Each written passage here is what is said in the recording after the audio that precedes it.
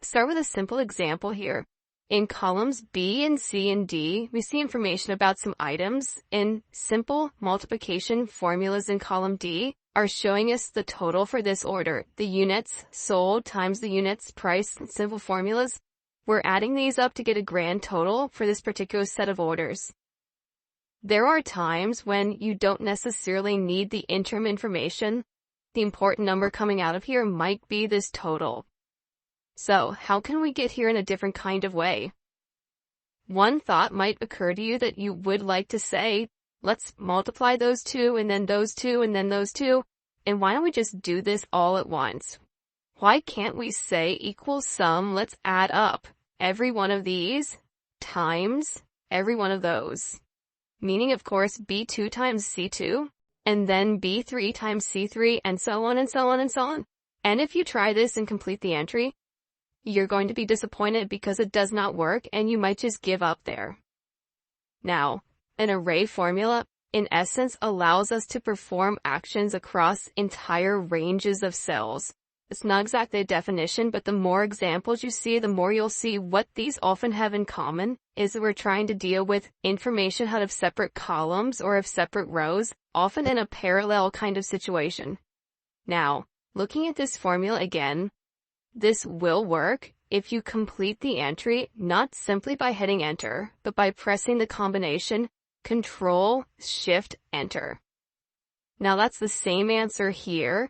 And by the way, look in the formula bar. You will notice that the formula is in braces. It's the same answer we see in D11, but D11 is the total of the products that we saw earlier. The formula in C13 does everything all at once.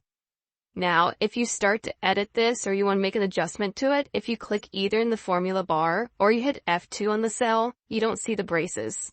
And you don't type the braces. And I often joke about how it sounds as if I'm making this up as I go along.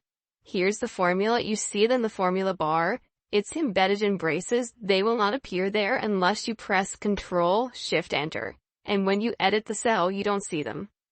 And a common mistake when you're working with these, and if you work with them only rarely, you'll make this mistake often. You will be editing it or trying to adjust it. You're going to press Enter instead of Control-Shift-Enter. For this first example of an array formula, this particular function, it wasn't necessary to use an array formula because for situations like this, since they're more common than other array formula situations, there is a separate function you might want to know about called SUMPRODUCT. And you could say it's a built-in variation on an array formula that does allow us to take one set of data, comma, in this case not the asterisk, and then another set of data, potentially others as well. And just a simple enter here, we get the same answer as we got in the other cases. So SUMPRODUCT is a unique variation on the idea of an array formula, but it's its own separate function.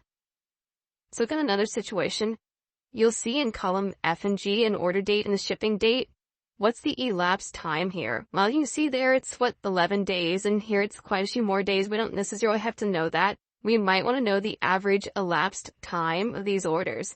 And certainly, as in the previous example, we could tabulate that. Here would be a subtraction. We could take, this date minus this date and do that for the rest of the column and so on. But let's just cut to the chase here and put in an array formula right here, where we would like to take all of the shipping dates minus all the order dates and come up with the average elapsed time, equal average, left parenthesis, the shipping dates and mass minus the order date. We're all done. Control-Shift-Enter. Average 17.17 days. Rather than providing all the interim detail that we sometimes don't want or need. Now, let's scroll to the right here and look at information in columns M, all the way out into column V. We don't have to necessarily see all those columns, but there's data out there all the way across. Now, a great feature in Excel 2007 and much easier to use than in prior versions is we might have discovered in looking through the data here that we've got a duplicate. Now here's one we see right here, and that kind of jumps out at us. And you know how it is when you see these manually, you can say, wow, glad I found that one. But then you begin to worry about how many others you might have. And in Excel 2007, you can certainly get rid of these pretty readily with that great feature under Data Tools in that group of the Data tab in the ribbon called Remove Duplicates. But it's very important sometimes to know which records were duplicated. And I wrote a formula ahead of time and I put it here because you don't want to watch me typing this and I don't want to type it again. But here it is, and it's about, you'll see it here. This formula is comparing cell by cell from column M into column V to see if M3 and M2 have the same data in it, and does N3 and N2, column by column all the way out into column V. When all of these comparisons are true, we've got a duplicate record. That's the answer. When any one of them is different, we do not have a duplicate record. So in this case here, that's a unique entry. And just dragging this down far enough to catch that duplicate down here. Whoops, there we go, we got a duplicate. Not only are those two the same, but these two are the same, and so on and so on and so on all the way across. Now that's a pretty long formula, and you know you're going to make a typing mistake when you do that. But let's recast it now and think of it in terms of what we might be able to do with an array formula. We want to take all the cells in row 3 from M3 over to V3. So let's change this part of it here to be M3 colon V3. We want to check all the cells in row 3 to see if they're equal to all the cells in row 2. And that's going to be M2 colon V2. And we don't need any of this information off to the right here. Much, much, much, much shorter. If all those comparisons are true, we've got a duplicate record. If not, it's unique. And what did I forget to do there? And I didn't do it on purpose. I forgot to hit Control-Shift-Enter. So once again, Control-Shift-Enter. This is an array formula. Drag this down a few cells just to check it out. We got 2 duplicates there on the screen, and in the remainder of the list, perhaps a few more. It goes down about 700 rows or so.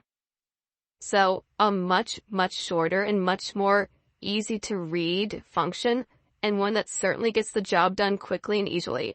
An array formula is the correct way to say this. And once again, we don't see those braces. We don't type them. We hit Control-Shift-Enter. They're in place and the formula works. And it saves us a ton of time in building the formula, and it gives us our answer too.